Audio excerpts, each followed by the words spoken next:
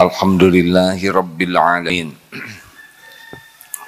Alhamdulillah, segala puja dan puji hanya milik Allah Subhanahu wa Ta'ala yang maha dekat, yang maha menyaksikan setiap saat segala-galanya, tidak ada yang tersembunyi, yang tidak pernah lalai sekejap pun mengurus hamba-hambanya. Hidup ini padahal Allah maha dekat, maha baik, dan selama ini pun setiap saat mengurus kita semuanya.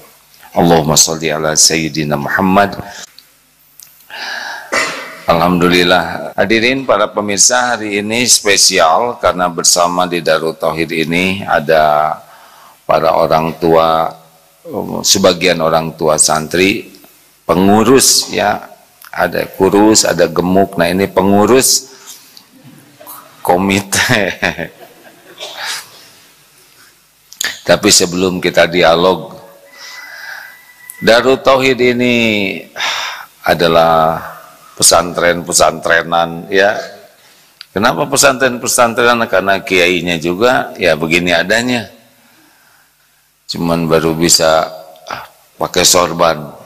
Aslinya sih ini bukan tawadu ini ya, aslinya sih saya juga suka bingung, kok bisa gitu ya jadi ada pesantren seperti ini. Padahal saya anak tentara ya, dididiknya juga tidak dididik seperti pesantren, kemudian sekolahnya juga elektro, nggak nyambung nih deh. Lalu hobinya dari dulu tuh dagang, dari TK saya pedagang Pak, dagang jambu tetangga, halal hadirin, karena tetangganya mengizinkan. Jadi pengusaha sejati ini dari TK ya, jambu tetangga, dagang pepet ya, sekarang udah dilarang. Dan ya tidak nyangka saja mengalir kok jadi begini. Jadi kalau lihat pesantren ini teh beneran kok terjadi juga begini. Rupanya ini pun jadi hikmah. Kenapa lahir dari keluarga tentara? Ternyata di sana disiplin tidak, sendal segitu banyaknya tetap rapi, BRTT bersih itu Pak, antara ujung selimut dengan ujung selimut tuh harus pas pojoknya tuh, diperiksa coba itu. Aduh, nggak boleh nggak rapi. Tempat tidur tuh harus si spray tuh manteng, ujung dengan ujung, jadi tidak ada ngelendoy. Itu dulu ayah saya begitu. Nutup pintu tidak boleh bunyi, harus klek dipegang tuh pintu. Diajarin begitu oleh ayah dulu Pak. Klek, pakai sendal pluk. Oh masalah itu kalau pakai sendal pluk pluk bunyi, tidak boleh bunyi. Jadi pakai sendal tuh hati-hati, masya Allah. Treng trong piring dengan sendok dengan itu nggak boleh bunyi. Ya dulu ayah saya jadi ngangkatnya. Ya begitulah, alhamdulillah. Ternyata berbekas Pak pendidikan orang tua. Jadi kalau Darut Tauhid tiada prestasi tanpa disiplin. Nah ini syariatnya, saya belajar disiplin ini dari ayah, syariatnya. Lalu belajar usaha dari siapa? Ibu. Kalau ibu itu ya walaupun perwira ayah dulu, tapi ya, gaji tentara tidak banyak. Alhamdulillah Allah mengaruniakan adik sakit. Jadi dengan sakit adik ini sepertinya gaji ayah banyak dipakai berobat adik. Akibatnya ibu harus kerja juga bantu penghasilan. Apa aja? Dulu waktu SMP tuh ingat aja tuh. SMP-nya SMP 12. Suatu saat mau Dharma Wisata. Tapi ini jadi ingat ke ibu ya. Harus pakai celana panjang, dulu masih celana pendek SMP. Gimana celana panjang? Mungkin ibu udah berusaha beli tapi nggak ada ya. Tapi mau pergi tuh hari itu saya punya, cuman hijau. Saya pikir ini saya pernah tahu celana hijau ini baru. Ternyata baju ibu tuh digunting kemudian dijadikan celana panjang. karena ibu ngejahit juga, jualan orson. Jadi ke sekolah tuh ibu bikin tuh orson, kalau dulu namanya, tahu nggak Pak orson tuh, Capilano ya, bikin sirup dibawa ke sekolah, saya jualan begitu. Jadi dari kecil tuh dagang deh, itu syariatnya. Makanya di sini juga dilatih entrepreneurship. Lalu belajar agama mulai kapan? Sebetulnya saya bersyukur ibu bapak saya terus mendidik sholat jalan terus ya dari awal. Cuma dulu tidak mengerti sebanyak adik-adik ini. Nah, mulai belajar intensif agama itu sesudah selesai kuliah. Waktu itu pulang ke rumah, adik yang sakit itu sudah mulai tidak bisa bangun, sudah lumpuh ya. Asalnya separuh badan. Adik ini kuliah di ekonomi Unpad, tapi lambat laun makin melemah ya. Kalau ke kampus digendong, giliran dengan Adeda tuh ngegendong adik giliran karena sudah leluasa waktunya. Adik juga kuliahnya sama di sana. Lama-lama adik ini tidak bisa lagi jalan. Jadi kalau ke masjid itu digendong deh, gendong. Nanti di masjid berbaring karena sudah tidak bisa bangun. Jadi entah sakit apa yang progresif yang membuat ototnya itu semakin melemah. Namun, nah adik inilah sebetulnya bagaimana saya dapat hidayah itu lewat adik ini, Pak. Adik ini awalnya umum biasa seperti kita, tapi lama-lama waktu kecil sakit, terus kakinya mulai pincang, matanya mulai juling, telinganya mulai tidak bisa dengar sebelah, lama-lama jadi dua-duanya. Nah akhirnya menjadi sangat lemah. Kuliah tetap kuliah, tapi sudah tidak bisa dengar, hanya pakai rekaman saja begitu. Tanya Dek, kenapa masih kuliah? Pan udah nggak bisa dengar. Oh, kuliah itu ibadah. Saya tidak tahu umurnya kapan, tapi takdirnya kuliah ini jadi amal soleh.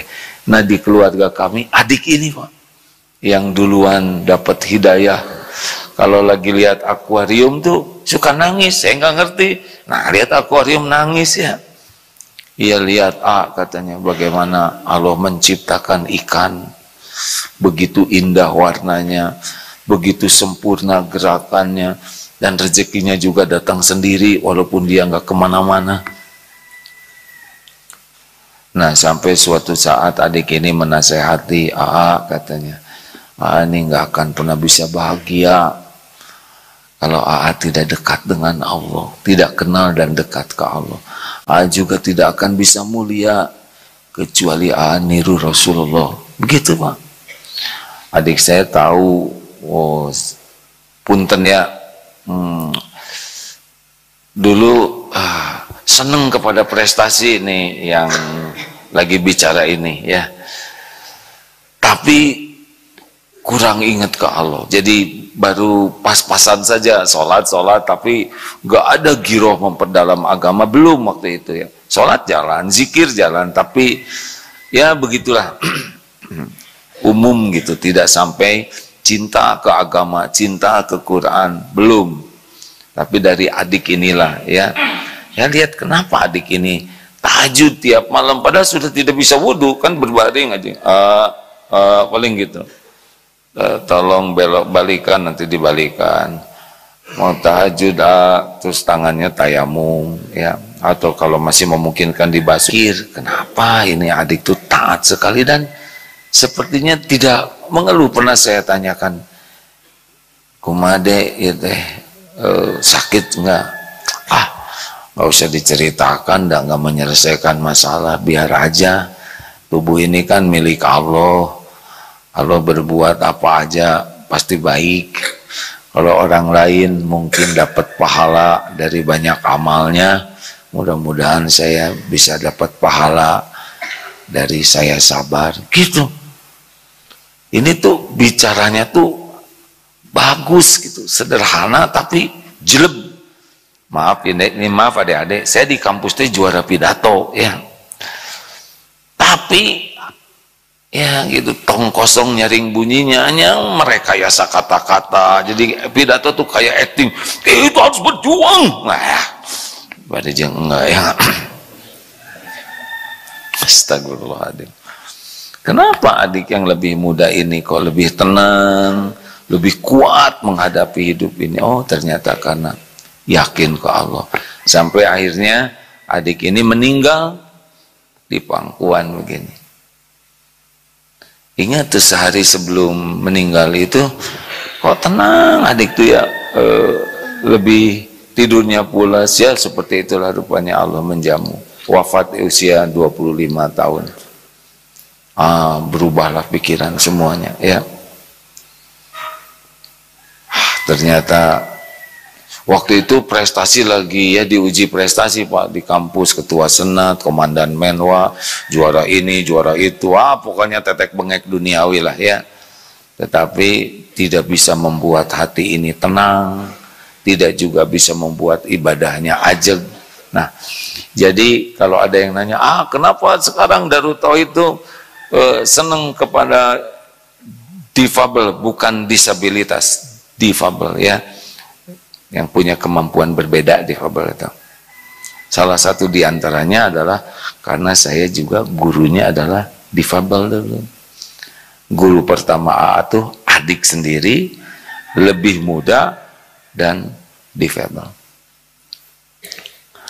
Jadi sekarang kalau kenapa 10% di sini Pak santri karya diharapkan yang difabel itu kalau bisa lebih, karena ternyata hikmahnya pernah menggugah dan mengubah.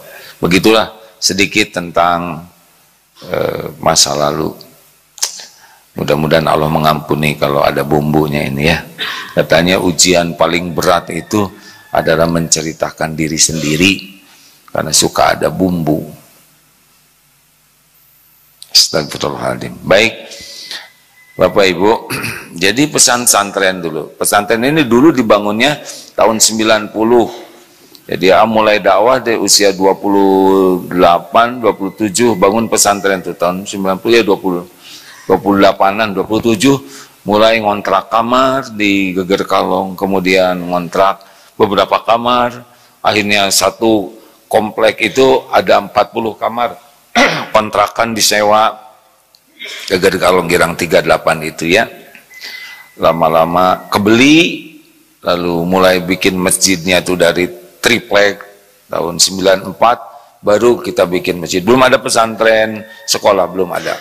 94 kemudian bangun masjid kecil saja 400 meter persegi itu. Kemudian mulai jamaah sudah mulai banyak yang ngaji. Di depan Darut Tauhid itu ada tanah tuh. Guru datang, Kiai Haji Khair Afandi, kumayo harganya makin mahal. Jawabannya sederhana, keun bae, biarin.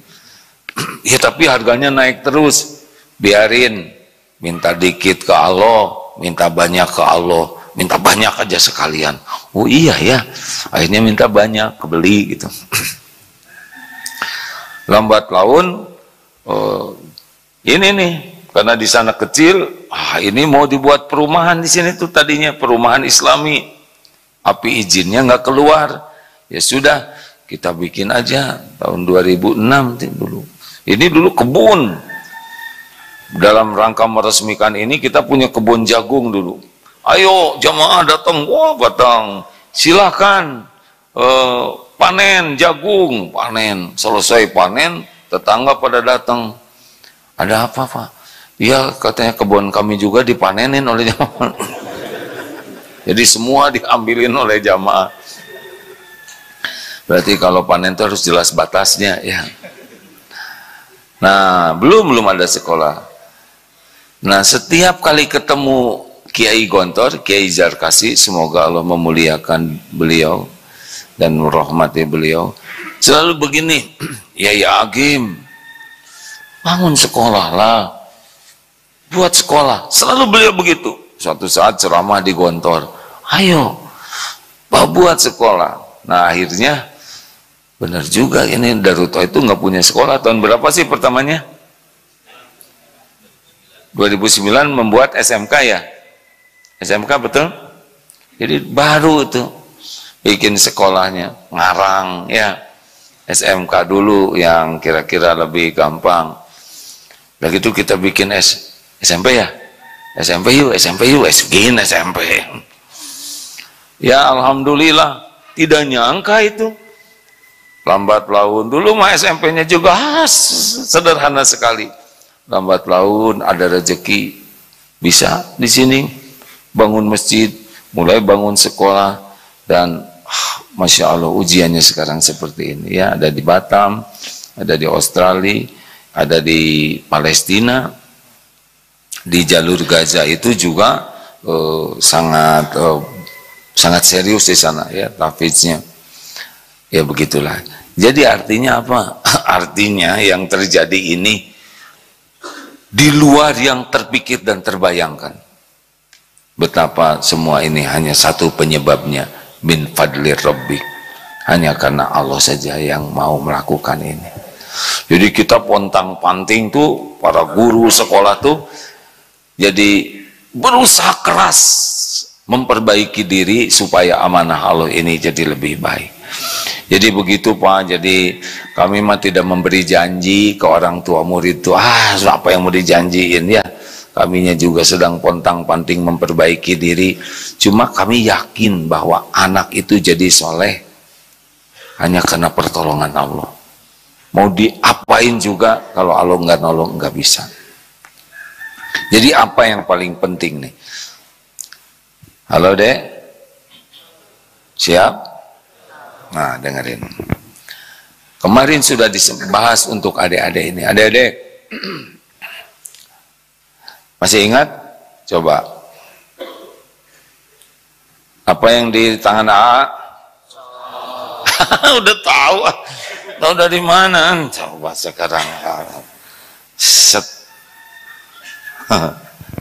Mana Kemarin sih udah diliatin ini. Nah, apa? Ayo. Susah ngasih tahu yang udah tahu. Jadi gini, kemarin disimulasikan waktu kosong, bingung ini apa, bingung semuanya ya. Tapi ketika begitu kosong, lalu ambil ini. Nah, ini apa? Yang betul, yang betul. Ya, jatuh dasar bukan tukang sulap. Tisu begini, kenapa? Langsung bisa menjawab ketika begini, karena sudah tahu.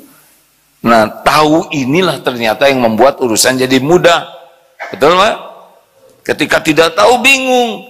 Nah, demikian pula dalam hidup. Kalau kita tahu, paham, artinya hidup lebih mudah itu. Nah, hidup ini mau apa? Wa ma khalaqtul jinna wal insa illa liya'budun. Hidup ini kita diciptakan jin dan manusia itu sederhana, hanya untuk mengabdi kepada Allah. Kemarin diceritakan manusia bikin kacamata untuk apa? Untuk melayani manusia. Manusia bikin baju melayani kita, bikin gelas untuk melayani kita, bikin kertas melayani kita, bikin HP untuk melayani manusia, membuat sesuatu untuk melayani manusia. Benar? Bedanya Allah menciptakan makhluk untuk beribadah atau menghamba kepada Allah, cuma Allah nggak perlu kita. Itu bedanya. Jelas hadirin? Kalau kita membuat sesuatu karena kita perlu untuk kita. Nah, Allah menciptakan manusia untuk mengabdi kepada Allah, tapi nggak perlu kepada kita. Lalu kenapa Allah menciptakan? Terserah Allah. Dia maha pencipta, mau bikin apa saja kun fayakun jadi. Tapi kita giliran jadi orang, nggak jadi tikus, nggak jadi marmot, nggak jadi angin. Kita dengan angin itu sama-sama ciptaan Allah. Alhamdulillah kita jadi manusia. Nah, Allah Tuhan kita, kita manusia, hamba Allah. Dunia berikut isinya, huwallazi khalaqalakum ma fil ardi jami'a. Dunia itu pelayan kita. Ini paham deh. Allah menciptakan kita, kita hamba Allah, dunia pelayan kita. Jadi harta, gelar, pangkat, jabatan, mikrofon, HP ini pelayan kita dalam rangka mengabdi kepada Allah. Kalau posisi ini pas, baru bahagia, baru mulia. Jadi posisi ini harus jelas nih, bahwa pakaian itu adalah sarana kita mengabdi ke Allah. Ini ada kamera, ada Zoom, ada medsos, ini adalah sarana mengabdi ke Allah. Dengan ini kita bisa dakwah, betul tidak? Nah, yang membuat orang sengsara dan hina kalau posisinya pindah jadi hamba pelayannya, hamba harta koruptor, betul tidak? Hamba syahwat berzina. Ada yang turun ke sini, hambanya pelayan. Makanya ada hamba gelar. Waduh, sibuk mencari gelar. Nanti kasih aja gelar pamungkas almarhum, selesai. Orang ada hamba harta, mati-matian mencari uang, beli ini, beli itu demi kelihatan kaya. Enggak, kita bukan hamba mobil, bukan hamba HP, bukan hamba. Kemarin ada Zoom dengan para YouTubers. Tidak sedikit orang yang jadi hamba konten. Hari-hari itu mikir konten aja. Hamba likers, hamba followers, hamba subscribers. Dia itu aja pikirannya. Padahal mau 1 juta, 2 juta, gak ada apa-apanya kalau Allah nggak ridho, betul? Nah, adik-adik, jadi adik-adik itu hidup itu adalah belajar itu supaya kenal ke Allah, supaya tahu apa yang Allah sukai dan apa yang Allah tidak suka. Kalau adik-adik nanti hidupnya lurus, Allah tuh yang menciptakan adik-adik udah paling tahu bakat, karakter, kemampuan adik-adik tuh. Allah yang paling tahu. Orang tua nggak begitu tahu. Benar, benar, benar Pak? Benar atau benar Pak? Aa diamanahi oleh Allah 11 anak. Beda-beda itu karakternya. 17 cucu. Beda-beda. Ada yang ketika datang, ada yang ketika datang, ada. Semacam-macam. Allah yang menciptakan. Allah yang menciptakan bakat adik-adik. Allah yang menciptakan tingkat IQ tiap orang. Jadi Bapak Ibu tidak usah risau sebetulnya anak ini jadi apa. Tugas orang tua ini adalah satu, orang tua itu tugas utamanya jadi tauladan, jadi contoh buat anak-anak. Apa yang terbaik ingin pada anak, jadikan ada pada orang tua. Ingin anak ramah, orang tua ramah. Ingin anak jujur, orang tua paling jujur. Ingin anak rajin, orang tua paling rajin. Allah melihat ini kelakuan orang tuanya seperti apa, dimanapun dilihat oleh Allah. Ngaji, ngaji, anak-anak ngaji, tapi bapaknya jarang ngaji. Anak-anak, ayo, kalian sudah ngaji belum? Ibu sambil ngaji HP. Allah lihat. Kegagalan pertama pendidikan sama di sini kepada para guru juga. Guru ngebulak-balik hati anak, murid gak bisa. Hanya Allah yang bisa ngebulak-balik. Tugas guru adalah jadi tauladan. Berikan contoh terbaik, akhlak terbaik sampai Allah ridho kepada guru. Mudah-mudahan guru ini jadi jalan anak menjadi baik. 2, tugas manusia itu cuman pertama jadi tauladan. 2, diklatna, dididik supaya paham, bukan supaya tahu.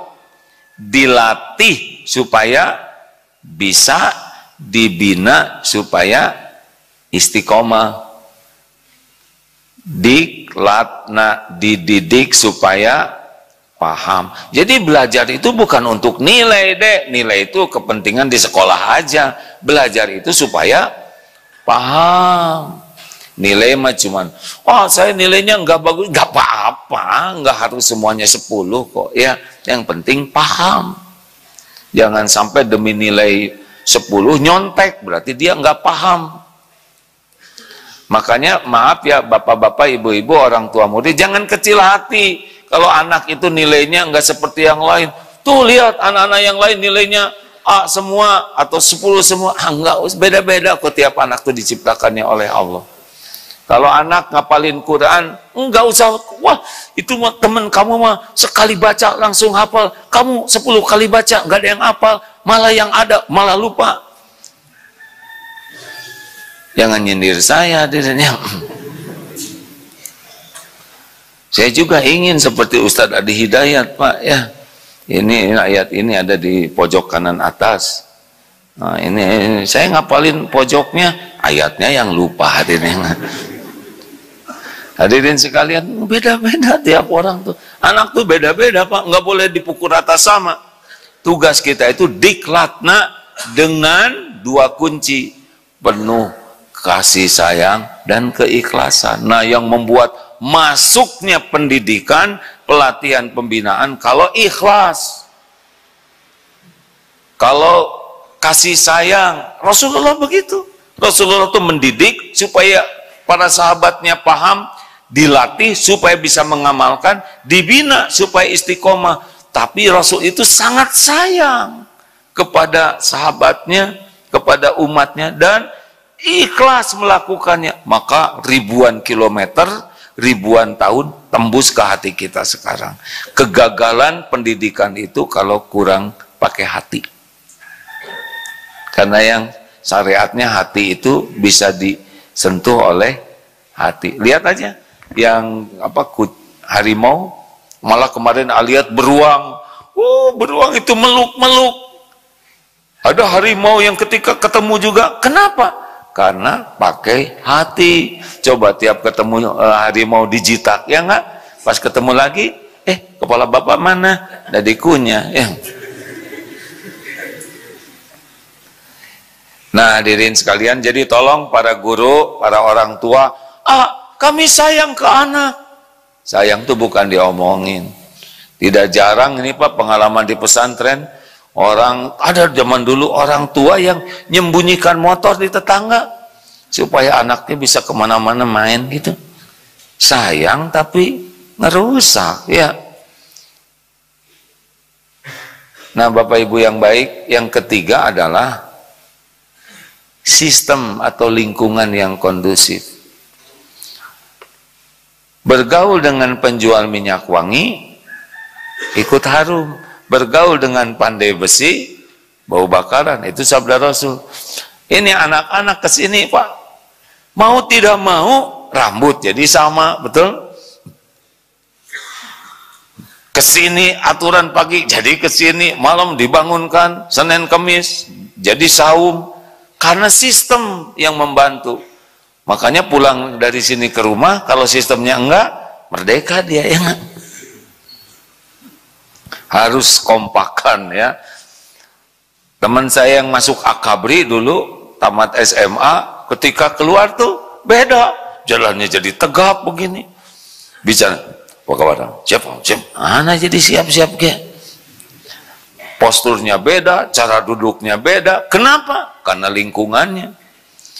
Teman yang jadi artis penyanyi, nyanyi terus, hei, begitu. Kenapa ini ngomongnya gitu terus? Ini pernah ada curhat, Pak. Ini penting sekali. Ini anaknya yang curhat, santri. Sedih karena cerita tentang ibu bapaknya suka bertengkar. Anak ini sedih.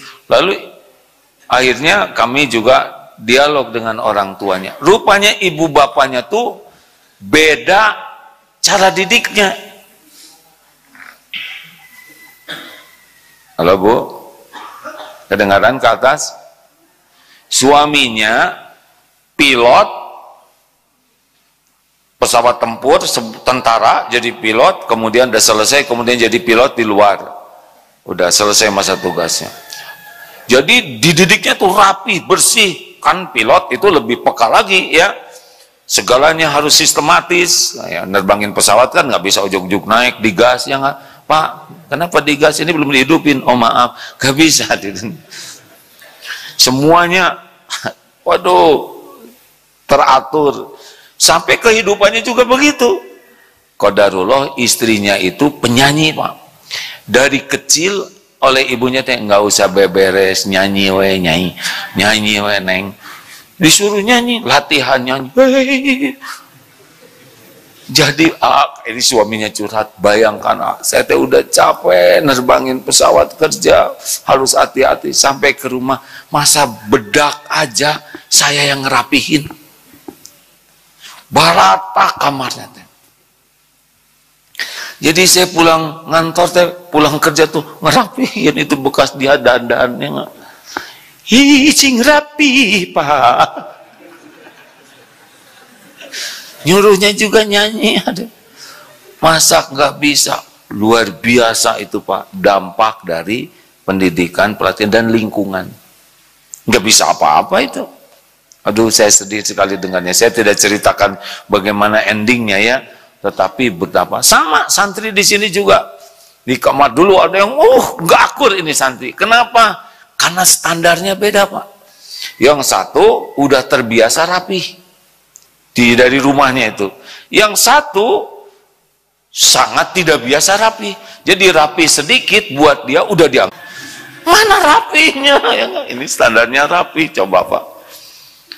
Jadi betul-betul lingkungan itu membentuk. Makanya investasi besar kita itu adalah memilihkan lingkungan untuk anak. Selain diberi contoh, dididik, dilatih, dibina supaya paham, bisa dan istiqomah. Karena turun naik terus nih Pak, turun naik. Nanti keluar dari sini, salah lingkungan, ikut lagi lingkungan itu. Makanya investasi besar. Dan yang keempat adalah dalam ilmu pendidikan itu aslinya kekuatan doa Pak. Karena anak ini ciptaan Allah, anak ini milik Allah, anak ini dalam genggaman Allah, lebih kuat doa daripada nasihat. Kenapa nasihat orang tua ke anak kurang mempan? Ayo, tahu kenapa? Karena anak sudah tahu modal orang tuanya, itu dia Pak. Sabar, sabar. Innallaha ma'as-sabirin. Gitu, sambil nggak sabar. Jangan suka marah-marah anak-anak. Jangan suka marah-marah kalian, ha? La taghdab walakal jannah. Sambil marah ya. Itulah kegagalan utama dakwah. Kegagalan utama nasihat itu yang menasehatinya nggak cocok dengan nasihatnya. Pernah suatu saat, ini maaf cerita ya, ada seorang mubalik. Saya dengar cerita juga ini dari seorang ustadz. Lu harus ikut anak-anak, dengerin ceramah babe. Wah, anak ikut, dipaksa ya. Anak udah kurang begitu ngeh lah. Bapaknya penceramah, tapi tahu nggak cocok gitu ya. Bapak-bapak, ibu-ibu sekalian, kalau mau sedekah, yang paling utama, aduh menggelegar, adalah menyedekahkan apa yang paling kita cintai. Kata si anak, si babe hebat ngomongnya gitu. Kasihan si babe kalau ngomong nggak ada buktinya. Mikir nih anak sambil dengan si babe supaya dapat pahala, gue harus bantu, kata anaknya. Ini di Betawi ya, makanya gue. Kalau orang Tasik nggak perlu, nanti gue dari Tasik Malaya, nggak cocok. Kalau santri mah nggak usah gini-ginian di sini ya. Nah akhirnya si anak itu, gue kasihan nih babe, kalau nggak ngamalin, kayaknya nggak akan diamalin, bantu aja, pulang duluan tuh anak. Lihat, lu tuh yang paling disayangin babe gue, ke ayam Pak. Ini dia yang harus disedekahkan ya. Ambil aja ayamnya, jual ke pasar, sedekahkan, mudah-mudahan babe gue dapat pahala. Jadi babe aku dapat pahala. Bener aja, pulang ceramah, babe ini boro-boro nemuin orang tua dan istri anak, yang pertama dilihat ayam yang, woi ayam gue mana? Aduh, dia kandang kemana ayam? Aduh, nggak tahu be. Mana tuh si sulung? Tadi kan ikut babe. Iya tadi dia pulang duluan. Panggil dia. Mana lo? Pulang duluan be. Ngapain? Ya aneh dengar babe nyuruh sedekah yang dicintai. Jadi aneh berbakti sama babe. Lo ngapain? Ya kan aneh tahu babe senang sama ayam jago itu. Ya terus diapain? Terus dijual be. Lo disedekahin. Maco lo. Itu ceramah buat orang lain katanya, bukan. Nah itulah bahayanya kalau penceramah hanya buat orang lain, ya enggak. Anak-anak nggak boleh seperti itu ya. Masih babe sayang sama mobil ini nih.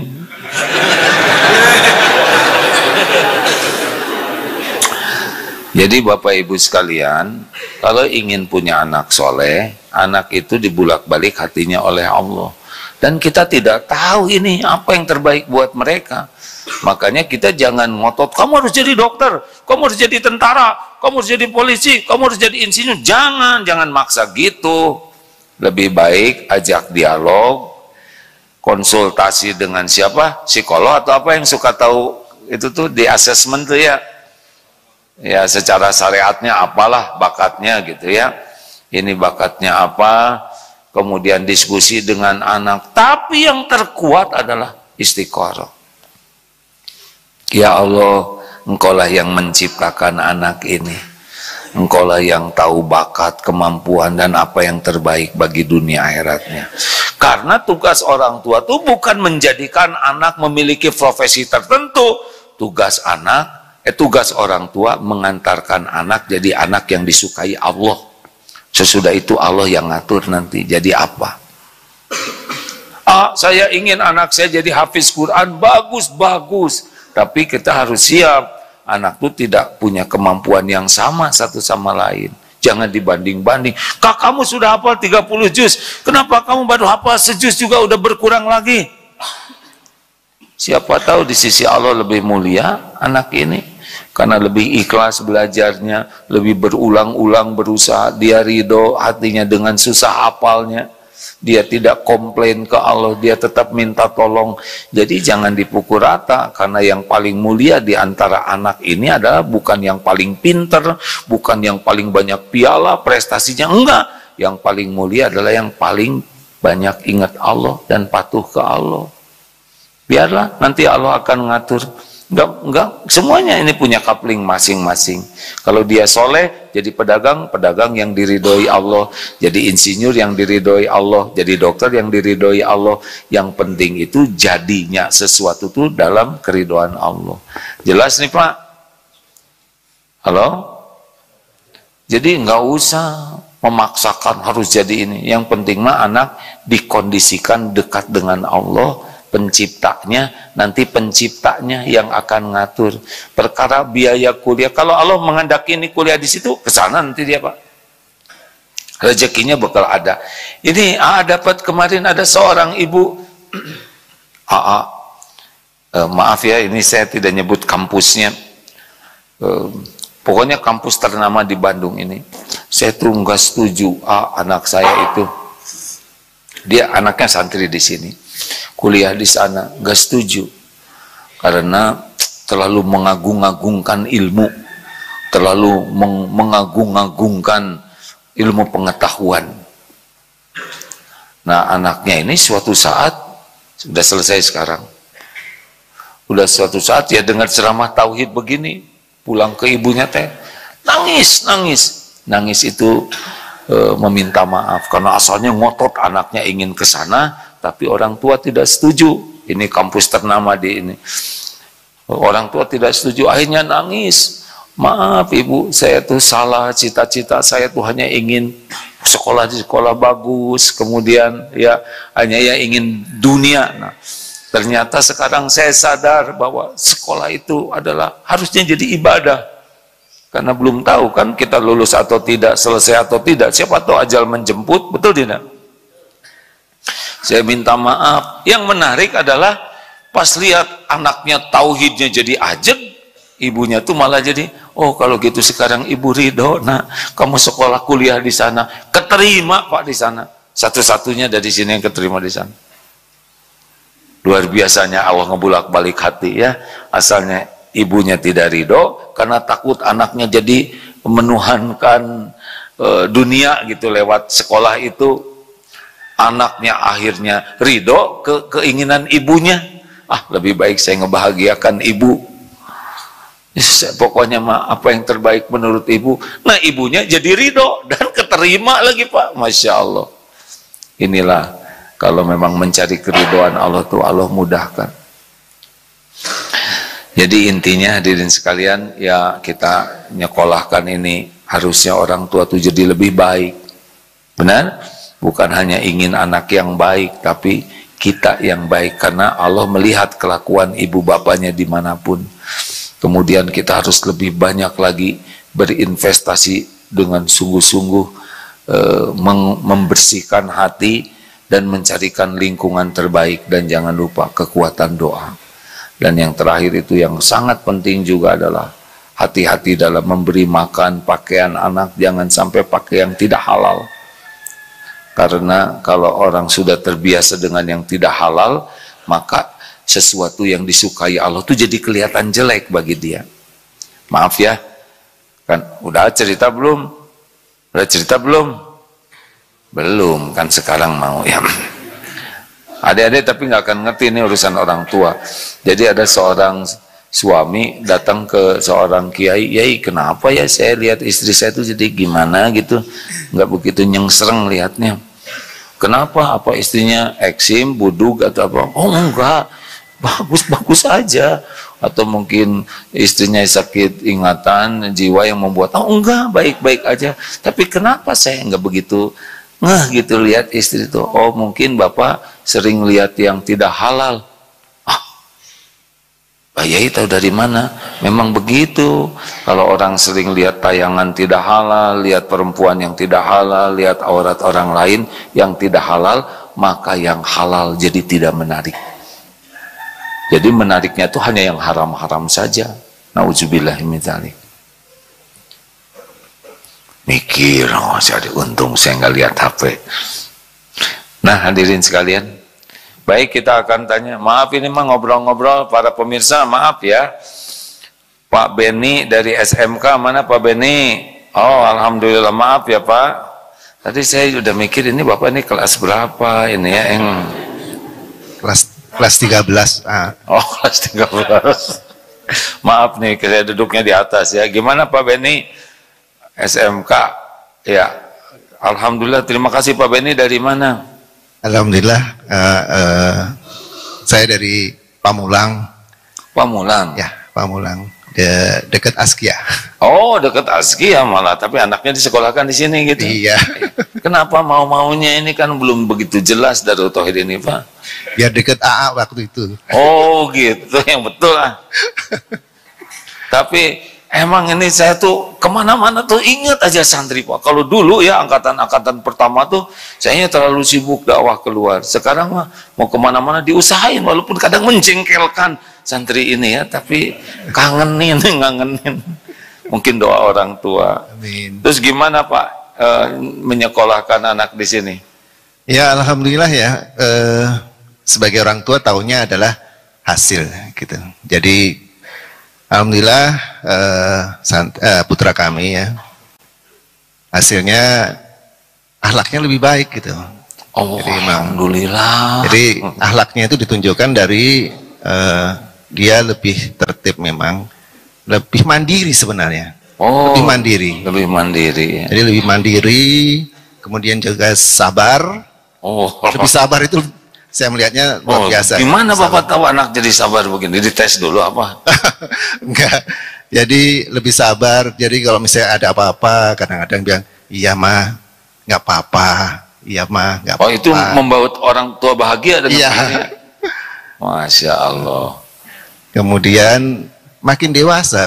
Makin dewasa. Mungkin, jadi cirinya apa kelihatan makin dewasa? Tenang gitu ya menghadapi apa? Iya benar. Jadi juga karena mungkin dari pendidikan agama ya, pendidikan yang ada di sini gitu ya. Jadi dalam melihat kehidupan dunia itu dia lebih tenang gitu, lebih tenang. Kemudian juga kadang-kadang suka menasihati mamanya gitu. Bapaknya gimana?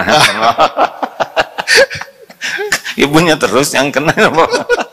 Alhamdulillah. Terima kasih Pak, ini saya tidak terus nanya, nanti yang lain nggak kebagian Pak, nanti tinggal yang lain ngomong persis yang itu gitu.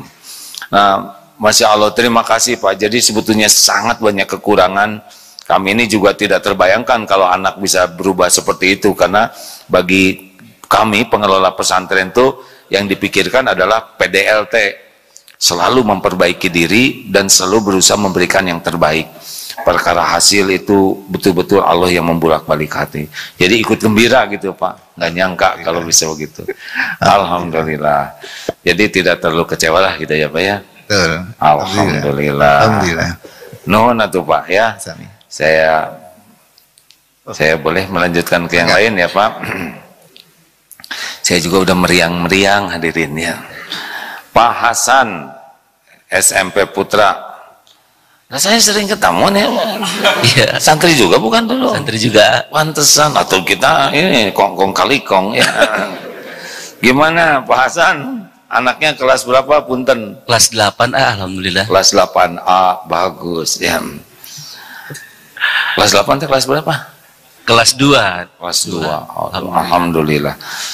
Gimana, kenapa mau mesantrenkan anaknya ke sini? Ya, yang pertama kami bersyukur seperti yang kami ketahui para orang tua, untuk masuk ke SMP DTBS Eko Putra ini bukan yang mudah, karena saingannya alhamdulillah peminatnya tuh banyak. Jadi kami bersyukur bisa masuk, putra kami bisa masuk. Terus apakah ada dampak? Tentu alhamdulillah, karena ini anak kedua juga yang sekolah di sini. Anak yang pertama potensinya muncul di basket, nah anak yang kedua ini harusnya bicaranya sambil berdiri ya Bapak. Gimana, nggak apa-apa keburu bicara tadi Pak. Bicara di sini karena nggak usah ngadep ke saya, berdiri aja. Alhamdulillah, supaya para santri jadi tertekan ya. Jadi kalau bercerita anak yang kedua ini karakternya lebih lembut gitu. Oh, lembut.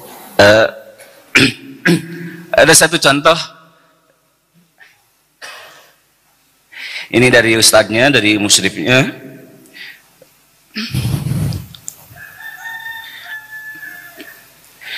Menunggu dulu mau ganti celana itu, menunggu dulu uang masuk gitu. Padahal nggak seberapa, hanya 120. Pas telepon tuh gak mau membebani ayah. Masya Allah.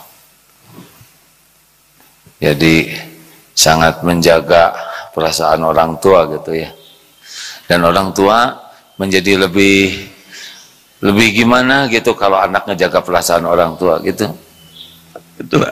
Masya Allah. Tuh adik-adik, orang tua mah ternyata dibahagiakan tuh bukan dengan harta, betul nih.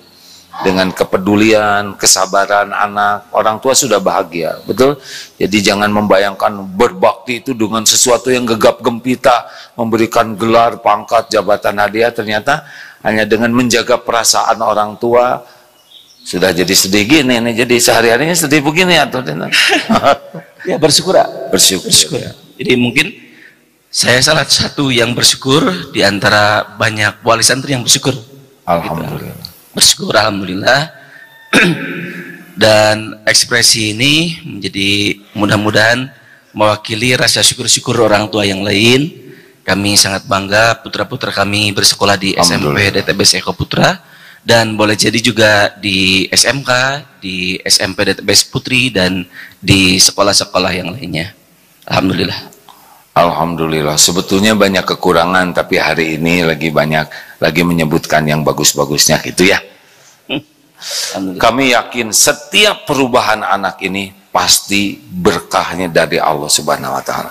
Mungkin karena kegigihan ibu bapaknya doa, atau karena sedekah orang tuanya, dan kami di sini guru-guru hanya menjadi jalan saja gitu ya. Alhamdulillah. Terima kasih kepada bapak ibunya yang sudah luar biasa mendoakan anaknya.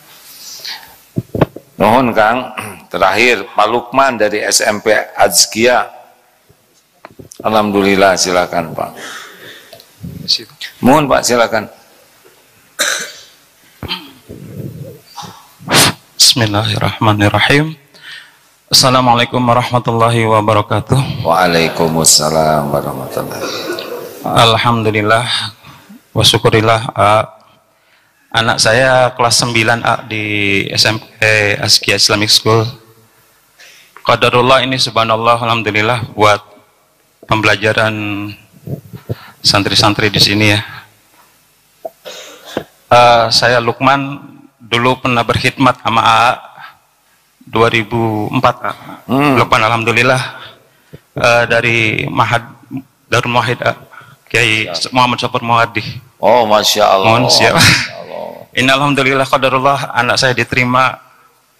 Mungkin berkat asbab dulu saya berkhidmat ya, merapikan sendal tamu-tamu di masjid di Al-Azhar, di BI, di Istiqlal, kadang di bank juga ada ayah di bank BRI dulu. Ya niatannya ya subhanallah lillah aja, nata sendal seperti yang rapi. Jadi dulu beliau khidmatnya adalah merapikan sendal jamaah. Ada banyak sekali itu sendalnya. Alhamdulillah. A juga baru tahu sekarang. Ya.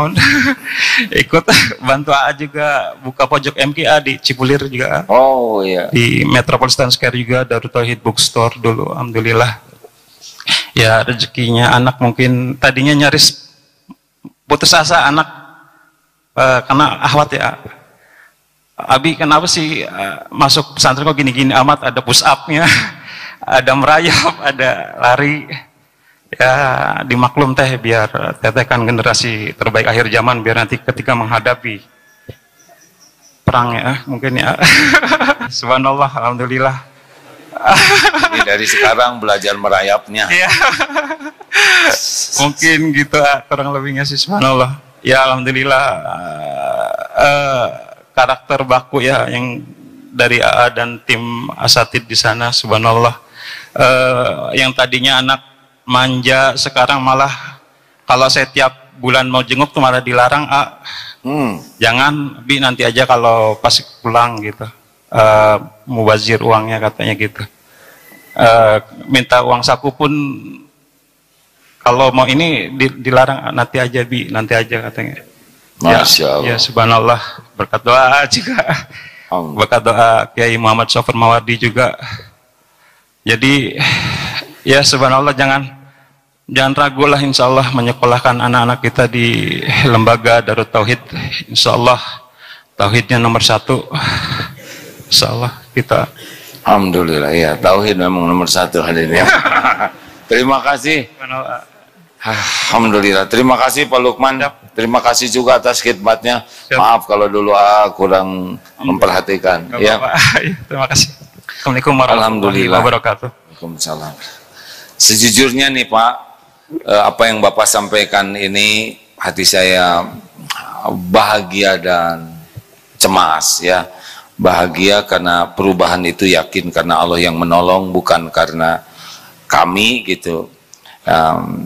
Cemas karena kami khawatir nanti orang taunya, wah kalau sekolah ke Darut Tauhid bakal berubah, bagus, padahal tidak semuanya seperti itu. Jadi kalau mau menyekolahkan di Darut Tauhid, sebaiknya tanya-tanya dulu lah ya sama yang sudah berpengalaman anaknya di sini, atau kalau tidak juga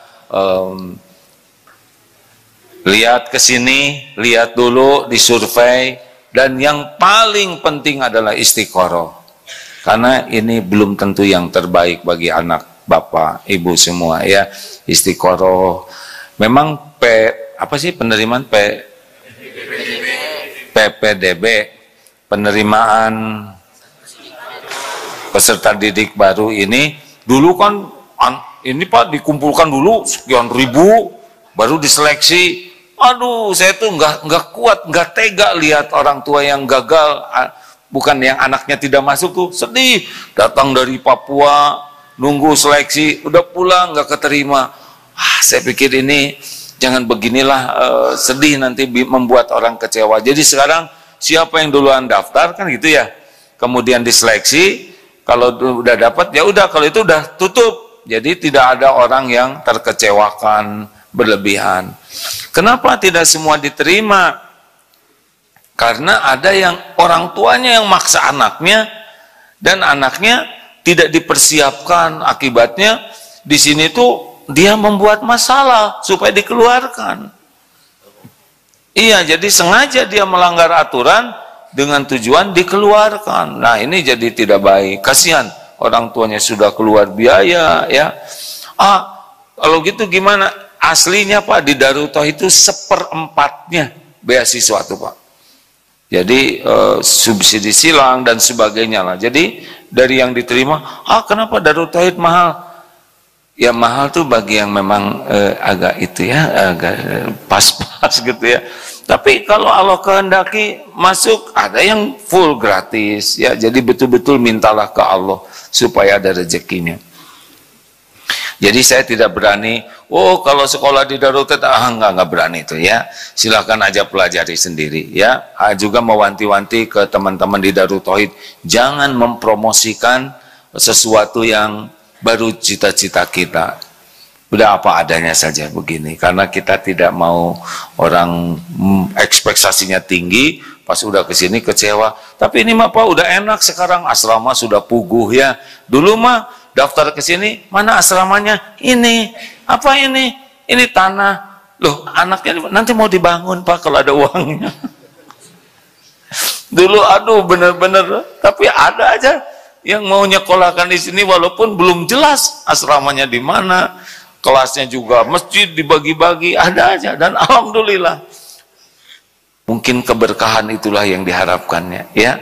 Karena kalau mengandalkan kemampuan luar biasa, tidak mudah ngurus anak-anak segini banyaknya. Alhamdulillah. Pasti banyak sekali kekurangan, tapi ya mudah-mudahan Allah mengampuni dan segera dimampukan memperbaikinya. Demikian hadirin sekalian, ini bukan promosi Darut Tauhid ya, tapi kelihatannya bapak-bapak yang mempromosikan tadi ya. Terima kasih. Ini bukan seperti pedagang apa tuh, kalau bagus gimana? Kalau nggak enak makanannya beritahu kami, kalau enak informasikan, enggak itu mah ya. Kami yakin Allah lah yang menentukan segala-galanya. Sekali lagi kami mohon maaf Pak atas semua kekurangan yang banyak terjadi ini, dan berterima kasih Bapak bisa bersabar atas kekurangan, dan kekurangan ini menjadi PR kita perbaiki sama-sama.